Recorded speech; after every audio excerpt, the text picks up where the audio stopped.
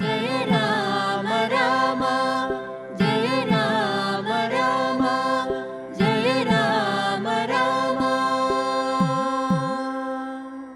നമസ്കാരം. അങ്ങനെ ശ്രീരാമദേവൻ അയോധ്യയിൽ ഏറെ സന്തോഷത്തോടുകൂടി ഭരണം നടത്തുകയാണ്. നാടിൻ്റെ നാനാഭാഗത്തു നിന്നും പലരും വരികയും എല്ലാ കാര്യങ്ങളും ഇടപെടുകയും ചെയ്യുന്ന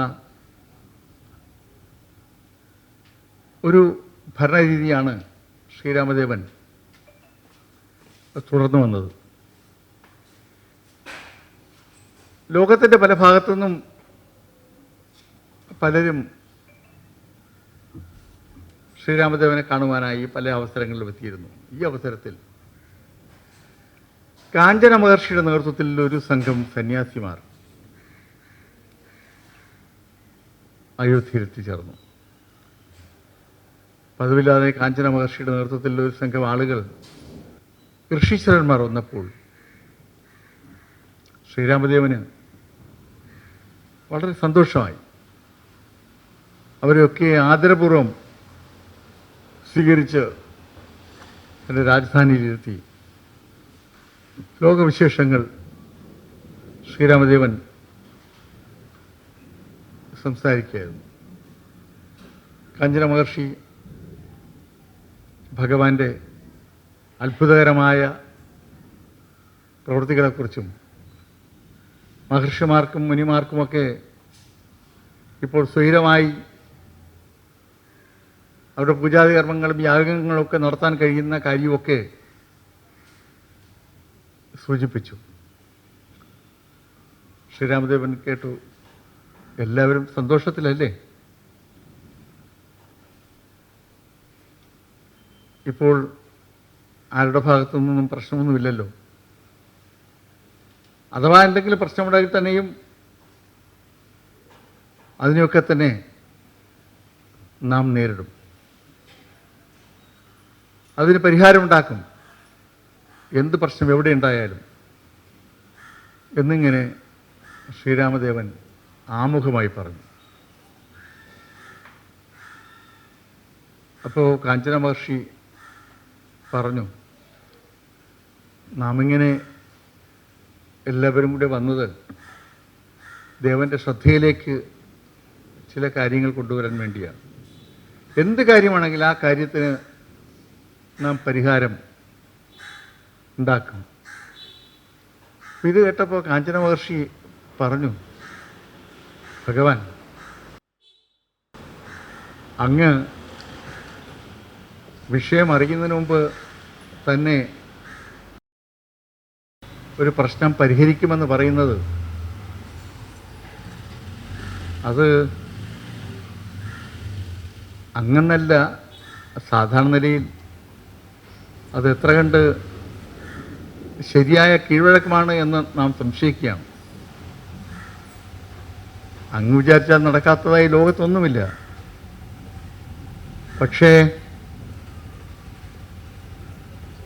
ഒരു ഭരണാധികാരി അല്ലെങ്കിൽ ഒരാൾ ഒരു പ്രശ്നം കേൾക്കുന്നതിന് മുമ്പ് തന്നെ പ്രശ്നത്തിന് പരിഹാരമുണ്ടാക്കുമെന്ന് പറയുക എന്ന് പറയുന്നത് അതൊരു നല്ല വിശ്വാസമല്ല എന്നാണ് നമുക്ക് തോന്നുന്നത് എന്ന് കാഞ്ചന മഹർഷി പറഞ്ഞു. അപ്പോൾ നമ്മോട് തന്നെ ആരെങ്കിലും എന്തെങ്കിലും കാര്യം പറയാൻ വന്നാൽ അത് കാര്യം കേൾക്കുന്നതിന് മുമ്പ് എന്ത് പ്രശ്നമാണെങ്കിലും നമ്മൾ പരിഹരിക്കാമെന്ന് പറഞ്ഞാൽ അല്ലേ, എന്ത് പ്രശ്നമാണെങ്കിലും പരിഹരിക്കാമെന്ന് വാക്ക് കൊടുക്കുകയും എന്നാൽ പരിഹരിക്കാൻ പറ്റാതെ വരികയും ചെയ്യുമ്പോൾ നമ്മെ വിശ്വസിച്ച് വന്ന ആളിൻ്റെ മുന്നിൽ ഉണ്ടാകുന്ന വിശ്വാസ തകർച്ച വളരെ വലുതാണ്. അതുകൊണ്ട് തന്നെ അത്തരമൊരു വാഗ്ദാനം ഗുണകരമാണോ എന്ന നിലയിൽ കാഞ്ചന മഹർഷി ശ്രീരാമദേവനോട് ചോദിച്ചു. അപ്പോൾ ശ്രീരാമദേവൻ പറഞ്ഞു, എന്തായാലും ആയിക്കോട്ടെ, വന്ന വിശേഷം നാം അറിയാൻ ആഗ്രഹിക്കുന്നു, പറയൂ. അപ്പോൾ കാഞ്ചന മഹർഷി പറഞ്ഞു, നമ്മുടെ രാജ്യത്ത് കാളന്തി നദിയുടെ തീരത്ത്, യമുനയുടെ തീരത്ത്, കാളന്തി നദിക്കപ്പുറം ഒരു പ്രദേശമുണ്ട്. ഒരു ചെറു രാജ്യമാണ്. അവിടെ മധുവനം എന്നാണ് അറിയപ്പെടുന്നത്. അവിടെയുള്ള ഒരു വലിയ പ്രശ്നം അങ്ങയുടെ ശ്രദ്ധയപ്പെടുത്താനാണ് ഞങ്ങൾ വന്നത്. അപ്പോൾ ശ്രീരാമദേവൻ പറയും, എന്താണ് പ്രശ്നം, എന്താണ്, എവിടെയാണ് ഈ മധുവനം, എന്താണ്, ആരാണ് പ്രശ്നക്കാരൻ, ആരാ പ്രശ്നമുണ്ടാക്കുന്നത് എന്നിങ്ങനെ ശ്രീരാമദേവൻ വീണ്ടും ചോദിച്ചു. അപ്പോൾ കാഞ്ചന മഹർഷി പറഞ്ഞു, മധു എന്നൊരു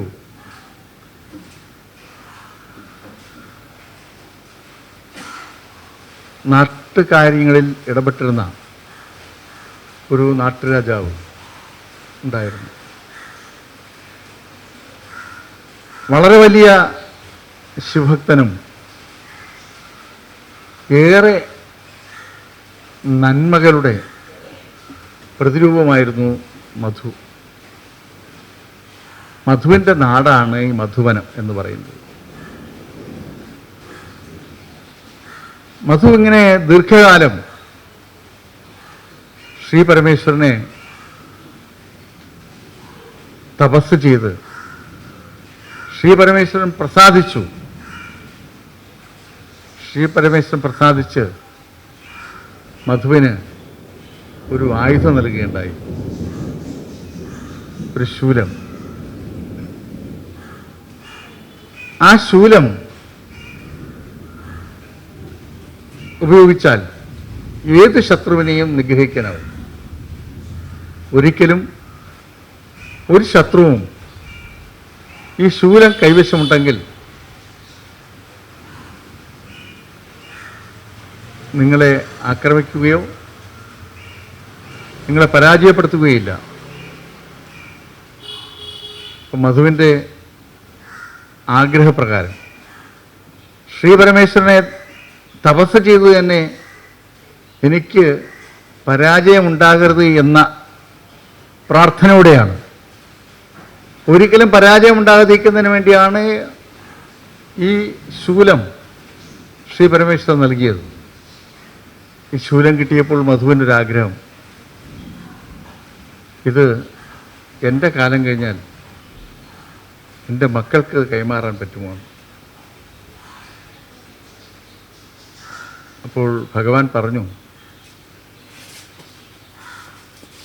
മക്കളിൽ ആർക്കെങ്കിലും ഒരാളെ ഏൽപ്പിക്കുക, ആ ആളിന് ഇത് ഉപയോഗിക്കാനാവും. എല്ലാവർക്കും ഉപയോഗിക്കാനാവില്ല, ഒരാളിന് കൊടുക്കുക എന്ന് പറഞ്ഞു. ആ അനുഗ്രഹം കൊടുത്ത് ഭഗവാൻ മധുവിൻ്റെ ആഗ്രഹം സാക്ഷാത്കരിച്ചു. മധുവിന് ഈ ശ്രീ പരമേശ്വരൻ്റെ ശൂലം കൈവശം കിട്ടിയെങ്കിലും മധു അത് വെച്ച് ദുരുപയോഗമൊന്നും നടത്തിയില്ല. പക്ഷേ മധുവിൻ്റെ ഭരണകാലം, മധുവനം ഒരു നല്ല രാജ്യമായി, ജനങ്ങൾക്ക് കുറേ അധികം ഗുണപരമായ കാര്യങ്ങൾ ചെയ്യുന്ന ഒരു നല്ല ഭരണാധികാരിയായി മധുവിൻ്റെ കാലം കടന്നുപോയി. മധുവിൻ്റെ പുത്രനാണ് ലവണൻ. മധു ഈ ശൂലം തൻ്റെ പുത്രനായ ലവണന് കൊടുത്തു. ലവണൻ്റെ കയ്യിലേക്ക് ഈ ആയുധം വന്നു കഴിഞ്ഞപ്പോൾ ലവണൻ്റെ സ്വഭാവം മാറി. ലവണൻ വളരെ ക്രൂരനും അസുര സംസ്കാരം കാണിക്കുന്നവനുമായി മാറി. ലവണൻ അനാവശ്യമായി എല്ലായിടങ്ങളിലും പ്രശ്നമുണ്ടാക്കുക, താപസരെ ഉപദ്രവിക്കുക, തപസ്സുകൾ മുടക്കുക, യാഗങ്ങൾ ഇല്ലായ്മ ചെയ്യുക, ഋഷിമാരെ ജീവനോടെ പിടിച്ച് ഭക്ഷിക്കുക തുടങ്ങിയ രീതിയിലൊക്കെ ലവണൻ വലിയ പ്രശ്നമായി മാറി. ലവണനിങ്ങനെ ഭീമാകരമായ ശരീരത്തോടുകൂടി വളർന്ന് ലവണൻ ഒരു ഭയാനക രൂപമായി പൊതുസമൂഹത്തിൽ ആളുകൾ ഭയക്കുന്ന ഭരണാധികാരിയായി മാറി. ആ ലവണൻ്റെ ശല്യം, ലവണൻ്റെ ഉപദ്രവം ഇപ്പോൾ നമുക്ക് സഹിക്കാൻ കഴിയുന്നില്ല. അതിലങ്ങ് ഇടപെടണം എന്ന് അഭ്യർത്ഥിക്കാനാണ് നാം വന്നത് എന്ന് കാഞ്ചന മഹർഷി ശ്രീരാമദേവനോട് പറഞ്ഞു. അപ്പോൾ ശ്രീരാമദേവൻ പറഞ്ഞു, അതിന് നാം പരിഹാരമുണ്ടാക്കണം. കാഞ്ചന മഹർഷിയും സംഘത്തെയും മടക്കി അയച്ചു. ശ്രീരാമദേവൻ തൻ്റെ അനുജന്മാരെ വിളിപ്പിച്ചു. ഭരതനും ലക്ഷ്മണനും ശത്രുഘ്നനും അവിടെ വന്നു. വന്ന സമയം ശ്രീരാമദേവൻ ലവണാസുരൻ്റെ പ്രശ്നങ്ങൾ ഇവരുടെ മുന്നിൽ അവതരിപ്പിച്ചു. ഇത് ആരാണ് ഇത് നേരിടാൻ പോകുന്നത് എന്ന് ശ്രീരാമൻ ചോദിച്ചു. ഭരതനും ലക്ഷ്മണനും മറുപടി പറയുന്നതിന് മുമ്പ് തന്നെ ശത്രുഘ്നൻ മുന്നോട്ട് വന്ന് പറഞ്ഞു, ജ്യേഷ്ഠ, അങ്ങ് വനവാസത്തിന് പോയപ്പോൾ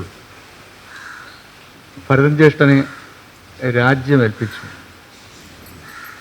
അങ്ങയുടെ ഉത്തരവാദിത്വങ്ങൾ നിർവഹിക്കുവാൻ ഭരതൻ ചേട്ടന് അവസരം നൽകി. കാട്ടിലേക്ക് പോയപ്പോൾ അങ്ങയെ സേവിക്കുവാൻ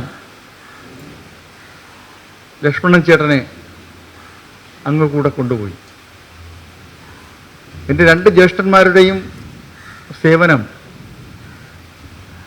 അങ്ങയ്ക്ക് ലഭിക്കുകയുണ്ടായി. നമുക്ക് ഇതുവരെ ഒരവസരവും അങ്ങ് നൽകിയിട്ടില്ല. ഇത് പോകുവാൻ, ഇവിടെ പോകുവാനും ലവണാസുരനെ നേരിടുവാനുമുള്ള അനുവാദം അങ്ങ് നമുക്ക് നൽകണം എന്നിങ്ങനെ പറഞ്ഞു. അപ്പോൾ ശ്രീരാമദേവൻ ഇങ്ങനെ ശത്രുവിൻ്റെ മുഖത്ത് നോക്കിയിട്ട് പറഞ്ഞു, നീ അത് ആഗ്രഹിക്കുന്നുവെങ്കിൽ അങ്ങനെ ആയിക്കൊള്ളട്ടെ എന്ന് പറഞ്ഞു. ശത്രുഘ്നന് യുദ്ധത്തിന് പോകുവാൻ വേണ്ട ഉപദേശങ്ങൾ കൊടുത്ത് അനുഗ്രഹം ചൊരിഞ്ഞ് ശത്രുഘ്നെ അയച്ചു. അയക്കുന്നതോടൊപ്പം ശ്രീരാമദേവൻ തൻ്റെ കയ്യിലുള്ള ഒരു പ്രത്യേക അസ്ത്രം കൊടുത്തിട്ട് പറഞ്ഞു, ഇത് പണ്ട് മധു കൈടവന്മാരുമായിട്ടുള്ള യുദ്ധത്തിൽ ഉപയോഗിച്ച ആയുധമാണ്. ഈ അസ്ത്രം വേണ്ടി വന്നാൽ ഇത് ഉപയോഗിക്കുക. പിന്നെ മറ്റൊന്ന് നീ മനസ്സിലാക്കുക, ലവണൻ്റെ കയ്യിൽ ശ്രീ പരമേശ്വരൻ നൽകിയിട്ടുള്ള ശൂലം കൈവശമുള്ള സമയത്ത് ലവണനെ തോൽപ്പിക്കാനാവില്ല ആർക്കും. ലവണൻ്റെ കയ്യിൽ ശൂലം ഇല്ലാത്ത സമയത്ത് മാത്രമേ ലവണനെ നേരിടാനാവൂ. ഇല്ലാത്ത സമയം എന്ന് പറയുന്നത് ലവണൻ രാവിലെ കൊട്ടാരത്തു നിന്ന് പുറത്തേക്ക് പോയി തനിക്ക് ആവശ്യമായ നായാട്ടൊക്കെ കഴിഞ്ഞ് മടങ്ങി വരുമ്പോൾ കൊട്ടാരത്തിനുള്ളിൽ പ്രവേശിക്കുന്നതിന് മുമ്പ് ലവണനെ നേരിടണം. കൊട്ടാരത്തിനുള്ളിൽ പോയി ശൂലമെടുക്കുവാൻ ഒരു കാരണവശാലും അനുവദിക്കരുത്.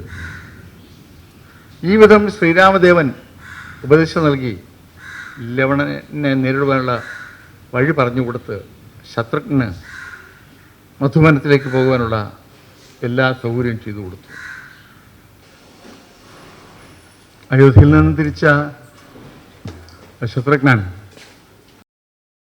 തൻ്റെ സൈന്യത്തോടൊപ്പം നേരെ വാൽമീകി ആശ്രമത്തിൽ എത്തിച്ചേർന്നു. വാൽമീകി ആശ്രമത്തിൽ അന്ന് രാത്രി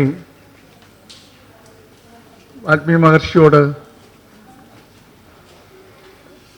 ലവണാസുരൻ്റെ കാര്യങ്ങളൊക്കെ സംസാരിച്ചിരുന്ന അന്ന് രാത്രി അവിടെ അദ്ദേഹം തങ്ങി.